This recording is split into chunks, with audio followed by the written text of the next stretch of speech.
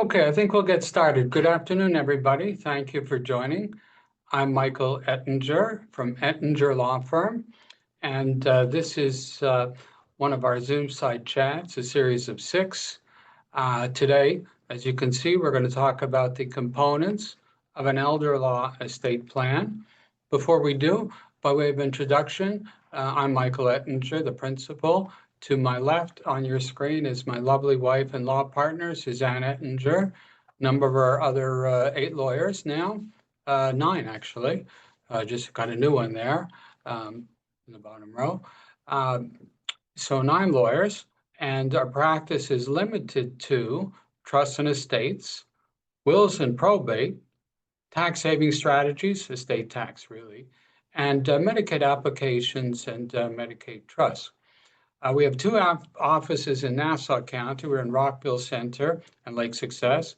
In Suffolk, we have 3 offices, Huntington, Melville, and Islandia. In Staten Island, we're at 900 South Avenue. Westchester, we're in White Plains at 140 Grand Street. Rockland, we're in New City. In Orange, we're near Orange Urgent Care, Crystal Run, for those people, Middletown. Dutchess, we have offices in Rhinebeck and Fishkill, and Albany, right there on Wolf Road. Our website is trustlaw.com. You'll find a wealth of information there. So with that, we're going to get started. I believe there's a feature you can ask questions. So ask your questions. Feel free to type in your questions, and we'll take them all at the end so as not to lose our train of thought. So glad you're here. This is our 35th anniversary. And just by way of background, this webinar we developed during COVID because we used to give dinner seminars, and COVID scotched that whole exercise. So we developed the Zoomside chat, and we're able to give the seminars by Zoom. Okay, so we're going to start with the famous revocable living trust. The revocable trust basically has been a very popular estate plan, I would say, since I started in 91. I pretty much Ettinger Law Firm started the living trust revolution in New York, and it came out of the 1990 ARP report on probate that told the older adult population that probate is something to be avoided, and ARP recommended living trusts, and we were all off to the races.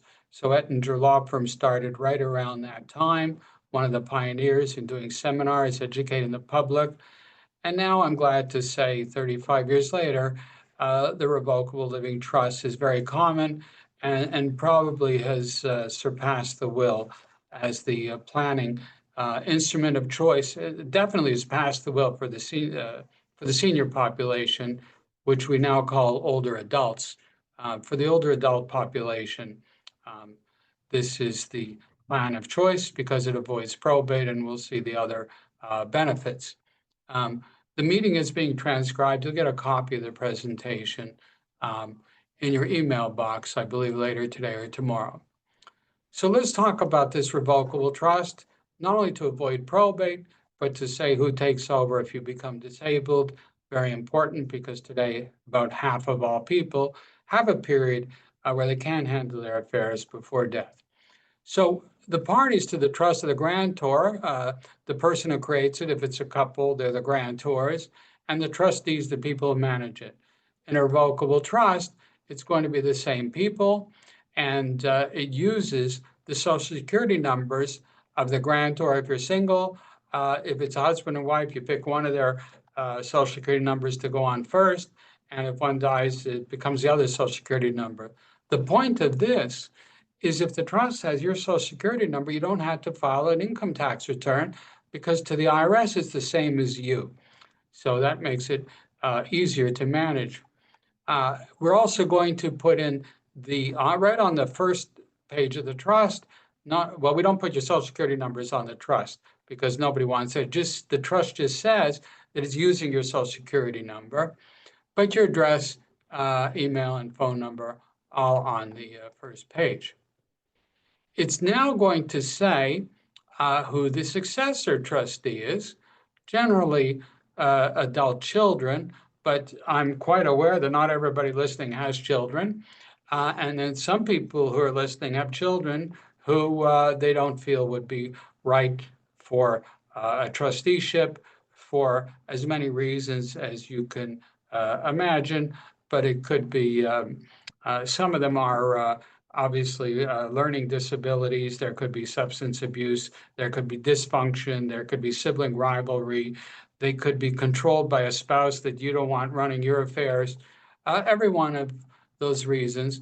But generally, the person is going to take over on incapacity. And these days, we say whoever you pick, let's say you pick your daughter Mary, we like to say Mary and one physician in writing. So it's pretty clear once you have that letter from the doctor that says mom or dad is unable to handle the legal and financial affairs, that it's the time for the successor trustee to take over. We actually prepare an affidavit with all the proofs, and they submit it to the people who have your investments and bank accounts, and they change the name from your name to them as trustee of your trust, and then they run the trust for you and take care of you during your disability. But we want to be careful now choosing who's our trustee. So we're dealing with family dynamics, aren't we? Who gets along with who and who doesn't? Who's capable? Now, you don't need the same person for medical and financial. Maybe somebody's better at medical. They might have a background or training. Somebody might be better at handling financial. It can be the same people, it can be different people. We also want to consider who lives nearby, and if that's a factor. Well, for financial, not as much a factor. For medical, more of a factor. And as I mentioned before, who are they influenced by? Do they have a spouse that bosses them that's going to be telling them what to do when it comes to your medical financial decision making? That may be somebody you want to avoid. And of course, there's more, but that's gives you a good intro into how important the family dynamics are. You know, I'm the author of Ettinger Law Firm's Guide to Protecting Your Future, and I write about family dynamics, and I also write a lot about the social side of estate planning. I believe that estate planning is primarily a social exercise, and that the legal should serve the social. But first, you have to do the social work, because for the plan to work, it has to work socially. I've seen many, many plans that are perfectly legal that tear the family apart. And that may be a fault of the profession, because estate planning is taught as a legal subject and not so much as a social subject. But in reality, I think we can all agree it's very social. So who takes over? That's a big issue. And how they take over. Well, who takes over is going to be one or more persons. When you pick more than one, we generally say either of them can act, because it's very impractical to have two people to act together for legal matters. Banks will not allow you to open a bank account that requires two signatures, so there's an impediment. Some people say, well, how about if I pick three and majority rules? Well, we don't do that either, because when somebody gets overruled, they're upset, angry, out of sorts. So we don't want to create a hostile situation. So we generally say two people, and either of them can act. I'm not adverse to three people if they're all in the area and they all get along, but generally two is plenty. How they take over, they would contact the law firm. We would ask them to get a letter from the treating physician that you're unable to handle your legal and financial affairs, and we'll prepare an affidavit with the letter and something called an acceptance trustee. We'll say that daughter Mary is successor trustee, and we'll attach a document that she signs and notarizes stating that she agrees to accept the trusteeship. And then we retitle the accounts from mom and dad's name, or if it's only mom or dad, to the daughter, Mary, as trustee of the trust. So it's still owned by the trust, but now Mary is the manager, the trustee. She follows the terms of the trust, which is take care of you during your term of disability, and then after you die, distribute it as you provided in the trust. Um, Revoking the trust. Well, revoke a living trust, you can take anything out at any time. You could put anything in at any time. You can change who's in charge. You can change who you leave it to. Pretty flexible. And you can amend or revoke the trust in any way. So basically, it's the same as you. It really has no effect. As I say, it's the same as you unless and until you pass away or you become disabled. And then essentially, it becomes a separate entity from you and it starts acting on its own and files its own tax return if you're no longer in charge or if you passed away. We have to take out a trust tax ID number and start reporting that trust as a separate taxpayer. We do all that for you. So what about paying debts and taxes? The trust says the trustees have discretion, but are not required to pay your debts and taxes from the trust assets because creditors can't go after the trust. You cannot pay debts or taxes out of the IRA or 401k money because that is a violation of IRA or 401k rules. We make sure we don't run afoul of that. What about the personal effects? Look, here's the China cabinet. I hate to tell you folks, but these days nobody wants that China. Very hard to dispose of. But basically, we put anything that doesn't have a title, jewelry, furniture, we put into the trust by what's called a blanket assignment. I hereby assign all my personal effects. What's personal is doesn't have a title. A car has a title. That's not personal. Anything that has a title goes by the title. But if it doesn't have a title, its personal effects goes into the trust generally. And then the trustee will distribute as they see fit. However, if you leave what's called a memorandum of personal effects, you can say, I want this piece to go to that person, that piece to that person. It's not notarized, it's done in your own handwriting, and the trust directs the trustee to honor any memo that you might leave.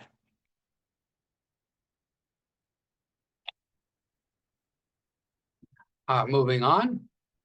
What about the distributions? Look at this lovely looking family. Okay. You can have specific bequests.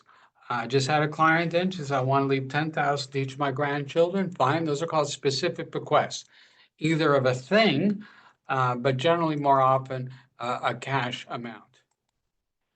Then you have the percentages. So after you make the specific request, we have what's called the rest, residue, and remainder clause. All the rest of my state as follows, and that's done in percentages. So the smaller bequests are specific, and the bigger bequests are percentages. What about a house for a surviving spouse?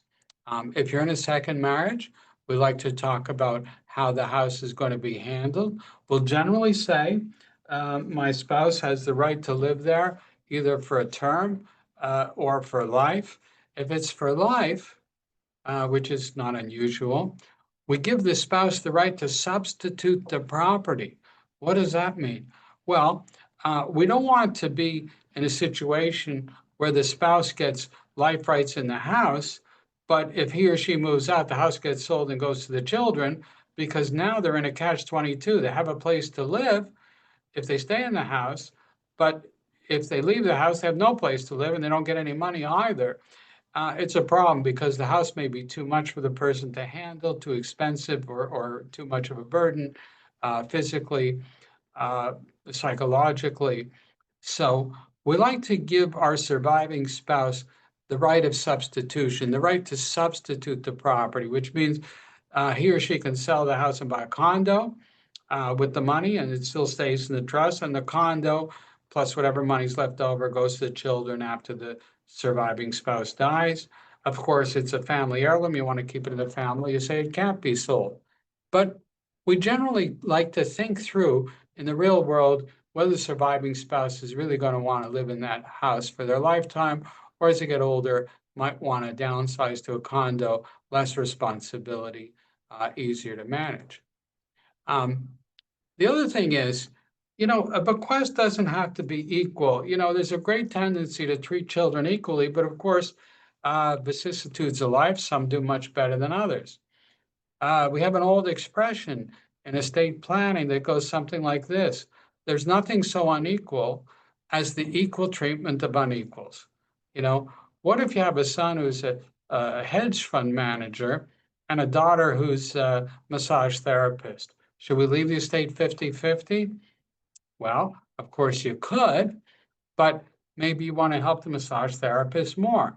So how do you do that? Well, we like this concept. We call it a soft probe.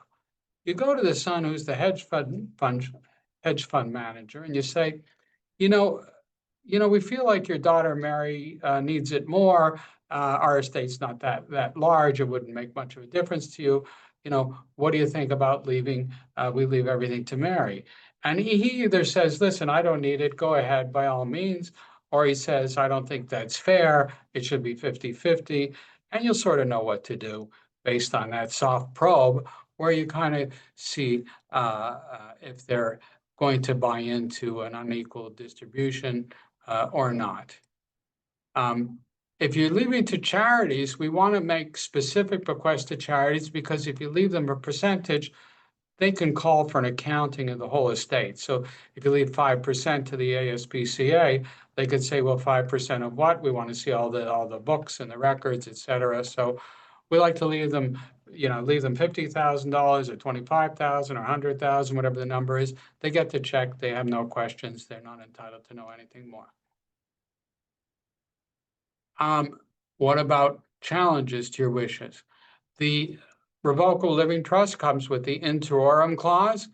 You see the word "ter" in there. It's meant to scare off challenges. If you challenge and lose, you forfeit your share. So if you leave somebody 100,000, they're going to have to think twice about challenging, because that 100,000 is at risk. And it's very difficult to challenge a trust. So anyway, with the interim clause, it's even more difficult. So we don't, if you're leaving somebody out, we don't recommend this old practice, leave them $1, because it's a slap in the face. You have to find them and give them the $1. Basically, we say, I'm leaving out my son Bobby for reasons best known to myself. That's all. Very simple.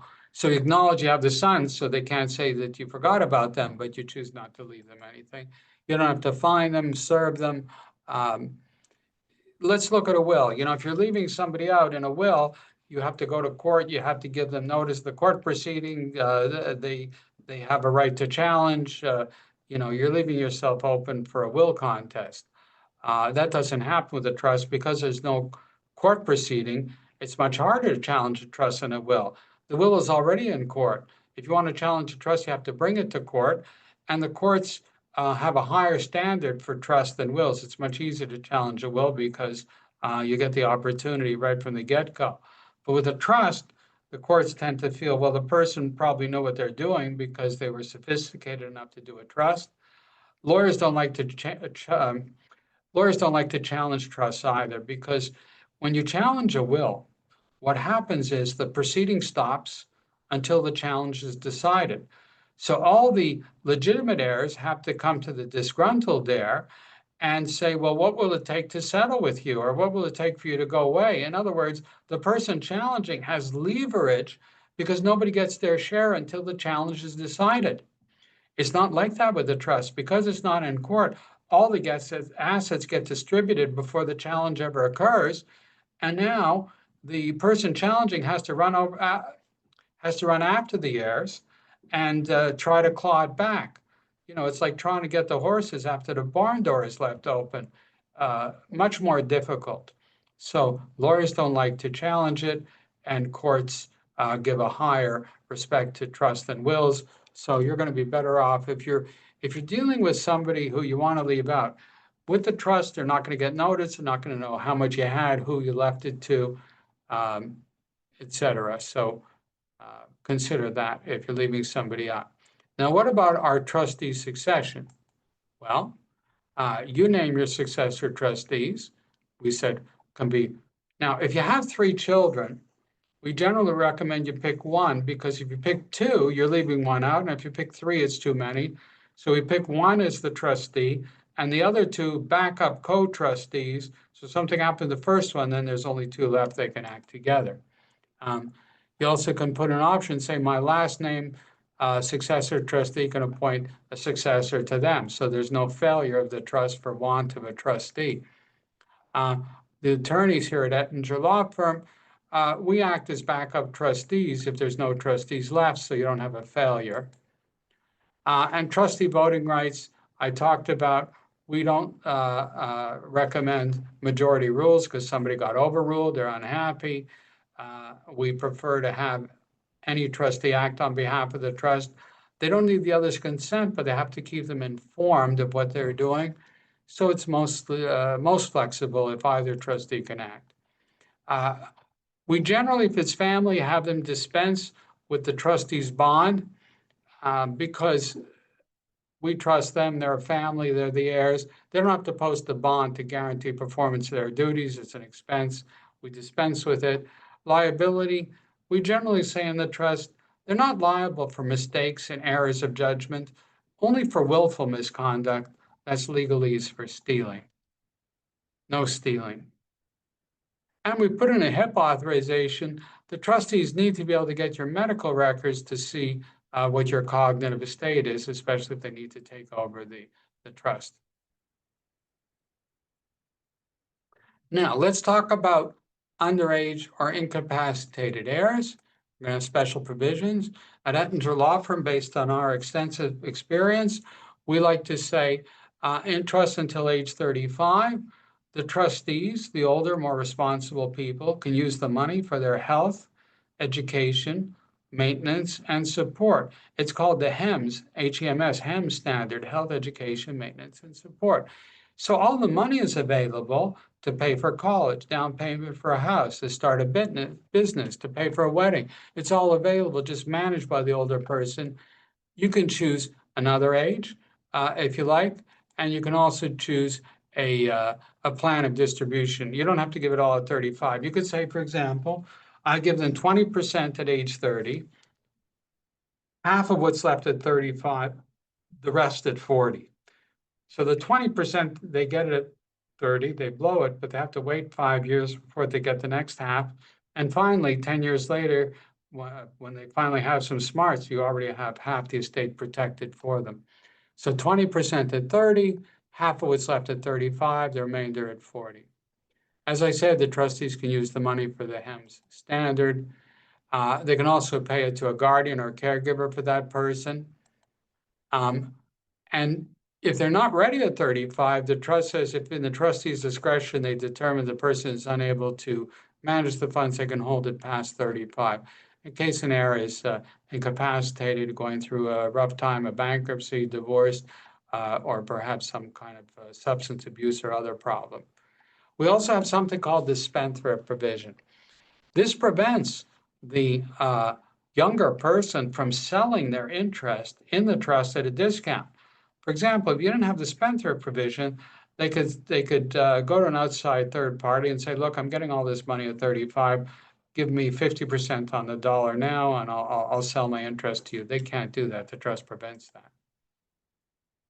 Now, the next item after our revocable trust is our pour-over will. And the first thing it does, by law, a later will cancels an earlier will. So you can forget about that old will. It has no effect. It's void. So this trust says, in case there's a loose end, something was left out, pour it into the trust after I'm gone. Now, this shouldn't happen. If it's not in the trust, we take pains to make sure, like an IRA, it has a beneficiary or it has a joint account owner. You can't have joint on an IRA, but you can have beneficiaries. On accounts that aren't IRA, you can be joint or beneficiary, but we make sure that we don't have to use the pour-over will. However, something could happen that we overlooked, or sometimes we need a pour-over will for an odd thing like a client dies in a car accident, other driver is responsible, we want to bring an action for wrongful death, we need an executor for that. So the pour-over will supplies that in case we need it. So client dies in accident. One example, what if the client dies while they're waiting for a sibling's estate that's tied up in probate for 2 years? So the money comes after they die. the pour-over rule will catch it and put it into the trust. Unfortunately, the pour-over rule has to be probated, so we want to avoid having to use that, but we do need it just in case. Now, power of attorney. Not all powers of attorney are created equal.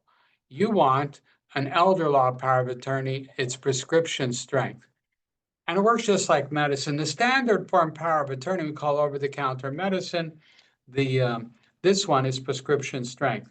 And it works just like medicine. What happens if you only have over-the-counter medicine and need prescription strength? Well, you know what happens? It doesn't work. It's not strong enough. So for our older adults, we like that prescription strength. And the most important power in it is the unlimited gifting power.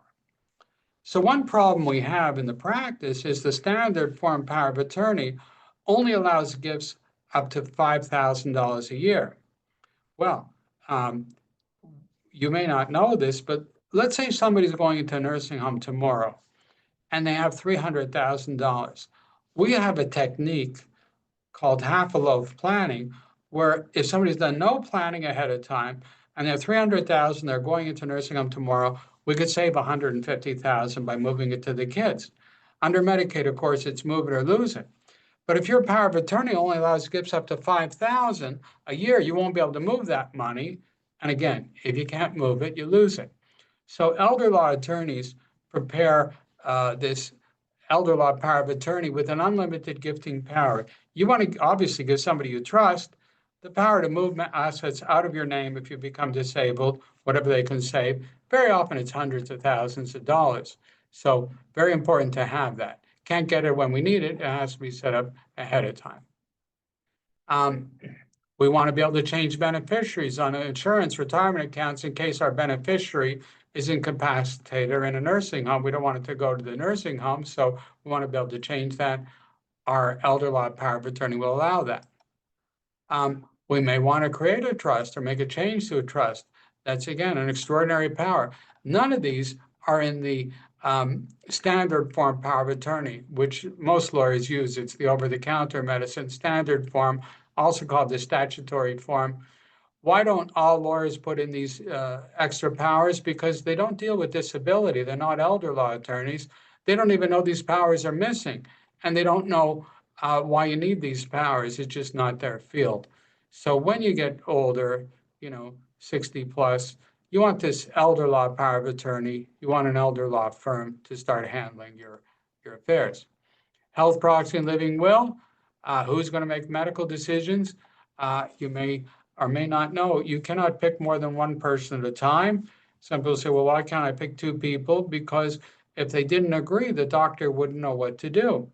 So they can talk amongst themselves, but the doctors only can take instructions from the person named. If they're unwilling or unavailable, you can have a backup, but only one person at a time makes those decisions. What happens here is when you check into the hospital, you bring the health proxy and living will with you. We give you extra copies. They don't keep it on file. They put in your chart so they know if the doctor determines you're unable to make a medical decision for yourself, then the health proxy takes effect at that time. That's based on the doctor's determination. The living will, a living will is it's an unfortunate term. It's confusing, but the living will is the authority to terminate life support or withdraw or withhold feeding tubes, artificial ventilation, etc. Again, only one person at a time, and they can't terminate life support unless they can prove that's what you actually wanted. The living will does this. It says, if there's no reasonable expectation of my recovery from extreme disability, my agent has the right, not the obligation, but the right to withhold or withdraw extraordinary life-saving measures like ventilators, feeding tubes, etc. Funeral and burial instructions are part of the plan. What type of service do I want? You do this in your own handwriting. Type of burial. Has it been prepaid? Who's going to be in charge of the arrangements? And do you want to donate any tissues or organs? Final instruction to your family. We have another form. if there was a marriage, the date and place of marriage, subscriptions that need to be canceled, computer usernames and passwords, family, friends, businesses, and professional advisors who should be contacted in the event of death. Anything you'd like to be included in your obituary. We say with the obituary, you can embellish a little bit if you like. Nobody checks. But this is very helpful. It's kind of like a guide to the perplexed as to information they need if you pass, especially unexpectedly. What are deeds and other asset transfers? So Ettinger Law Firm prepares all the deeds deeding your property from all 50 states into the trust. We do that for you. I had somebody come in today with a trust, and they had some misgivings with the lawyer and the trust. And I looked at the trust, and it said in the schedule to the trust that their New York and New Hampshire properties are in and their bank account. But when I went to look at the deeds, I saw that the deeds were still in mom and dad's name. The lawyer thought that if you put it on the Schedule A, that puts it into the trust. Well, no, not correct. You have to change the name on the deed to the name of the trust to put it in. Any title property has to be retitled to the trust to be in the trust. So live and learn. You give us the email address of your financial advisors, we send them an email. Here's a copy of the trust. Our client wishes to transfer their account into the name of the trust, and we give them, we copy you on that email for you to approve the instructions. They'll take the information from us, but you have to approve it because you're the customer.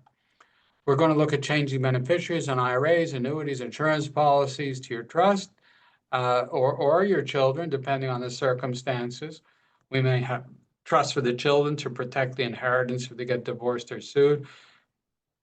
To pass by blood instead of by marriage. We're going to take that into account on annuities, insurance policies. Want to make sure that none of this is payable to your estate because then it has to go through probate.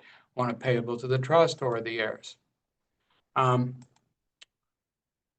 give a webinar, 4 advantages of using trusts, where I explain the difference between revocable and irrevocable trusts. You can sign up for that at trustlaw.com. I think it's on July 9th. There you go. July 9th or August 6th, I do it once a month at 7 o'clock.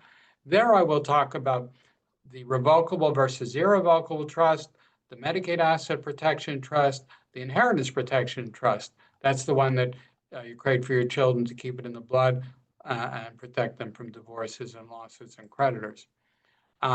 Even if you can't make it, you can register and you'll get the recording.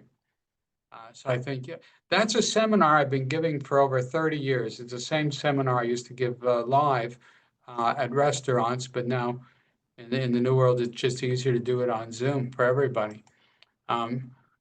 So this is my 2025 edition, my Ettinger Law Firm's Guide to Protecting Your Future. It's in plain English. It's an easy to read print. It's senior friendly. It is over 300 pages, but you can pick and choose. The table of contents is very detailed. And when you come in, we'll give you a free copy and we'll tell you which chapters apply to your situation. But the seminar starts, with getting you, warmed up to the subject a little bit. We have a no-cost initial consultation. And we do a complimentary review of your existing plan, just like I had that person in today. They had the trust, but nothing was in it. So that trust wasn't going to do anything at all. And they had property in New York and New Hampshire. Not only were neither of them protected from long-term care, but that's 2 probates, one in New York and one in New Hampshire that you have to go through. And you can't start New Hampshire until you finish New York because you have to bring the New York probate to New Hampshire. So it takes a long time. So we want to make sure that your plan still makes sense, not only from a professional point of view, from a personal point of view. Just you want these people in charge. Is this still the way you want to leave it? As I said, we'll give you a free copy of my book. It's a guide to protecting your future and advise you which chapters apply to your situation. You'll get a fixed fee quote. So we'll tell you what we think you need and why and how much it'll cost. And then we'll set you up for a second no-cost follow-up consultation to have your questions answered. So You're going to think about what we said in the first meeting. You're going to read the book. You'll put your questions together, and then we'll have this second meeting. Again, no cost.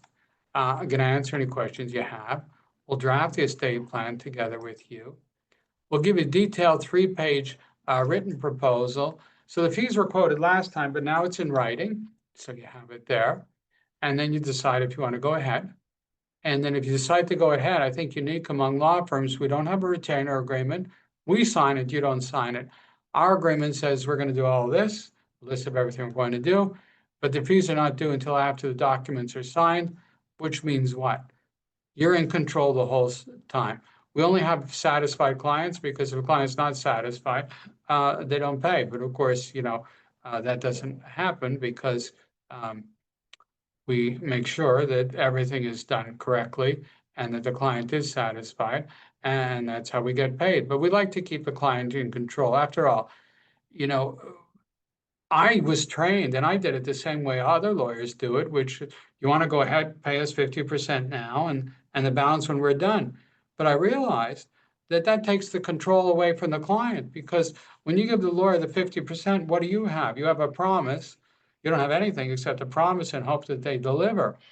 So we thought that's not a very good place for the client to be.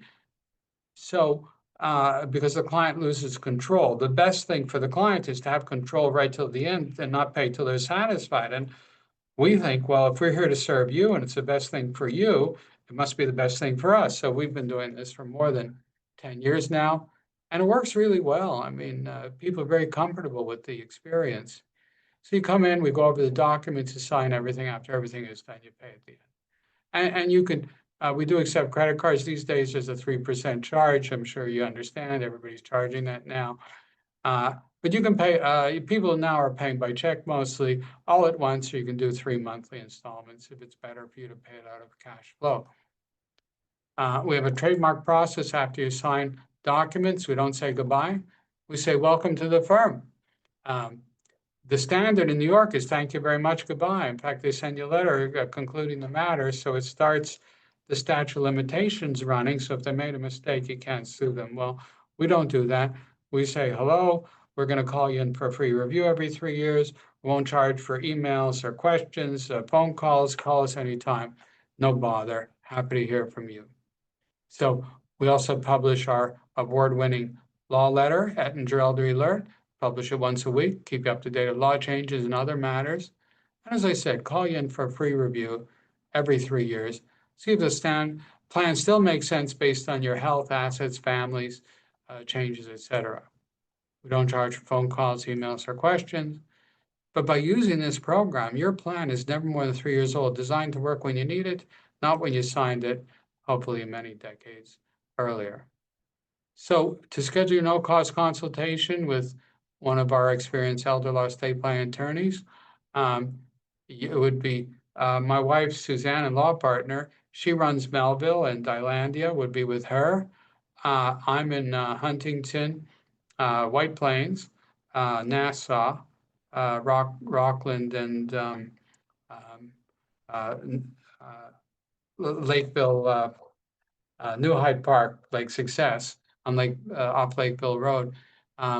I'm in those offices. Occasionally I go to Staten Island, but we have very good lawyers in all the offices, and it can be by phone or video. We prefer in person, but not everybody can make it. So you can do Zoom, phone. We like the office. You call the 800 number to schedule it, or you go to ettingerplan.com or trustlaw.com. They're both the same website, and you book your consultation right there. Okay. Now, I think we can unshare the screen if I can. Okay, we'll stop the share. And here we are. Okay. We have a few questions. So now is your time to ask questions. I have a few of them. So Doreen says, were the prior webinars recorded and available who missed them, like me? Yes, they would be Search Ettinger Law on YouTube, and you get all our prior seminars. Robert says, in a Medicaid asset protection trust, what happens if the trustee by mistake uses the money in the trust directly for the benefit of the grantor? What happens is it starts the 5 years over again, because they can look back on that up to 5 years. If it's more than 5 years, they won't see it. But you have to show them all your records, and if there was a payout from the trust in the last 5 years, they'll see that and it'll invalidate the trust. So not a good idea. Some counties will let you put it back, but you can't count on it. Carol says, with the Roth and the Medicaid trust, what about the Roth you can't put the Roth, Carol, into a Medicaid trust because a Roth has to be owned by an individual IRA. The I in IRA stands for individual. It must be owned by an individual. So you can't transfer to the trust. If somebody needs Medicaid, you have to take the IRA and put it into payout status according to IRS tables. Even though there's no required minimum distribution, if you're going for Medicaid, you have to take a required minimum distribution, but they can't go after the Roth IRA itself. They can only take the required minimum distribution according to the tables. Okay. So I think that's the answer to that. Linda says, New York changed the power of attorney law a few years ago, but mine was done prior to the change. Is it still valid? Yes, it is still valid, Linda. That one's probably good for a few more years. Anonymous says, when the client comes in, do you have a checklist you give them to consider for their specific trust? We have a rather simple form you fill out, and then we'll talk to you based on your assets, your family structure. We're going to do the social work first, get to know the family, what kind of work they do, son-in-law, daughter-in-law's names. You like them, you don't like them. Are there any conflicts between you and them or between any other family members? The form that we give you, though, prepares us for that discussion. Lori asked, does a pour-over will always have to go into probate? No, Lori, only if there's an asset that needs to be probated. So if an asset is joint, doesn't have to be probated, it goes to the survivor. If an asset is a beneficiary, it goes to named beneficiary. So we want to try to avoid the probate, and it's only for assets in the decedent's name alone that weren't joint, no beneficiary, or if it's to start a lawsuit for some particular reason. So let's see if we have any more. I don't see any. So I want to thank you for attending. I hope you join us for the next Zoom meeting. I know they're a series and they have various dates on the website, trustlaw.com or ettingerplan.com. It's the same website. So I thank you for joining. Thank you for listening. Enjoy your summer, and I hope to see you all next time. Thank you. This is Mike.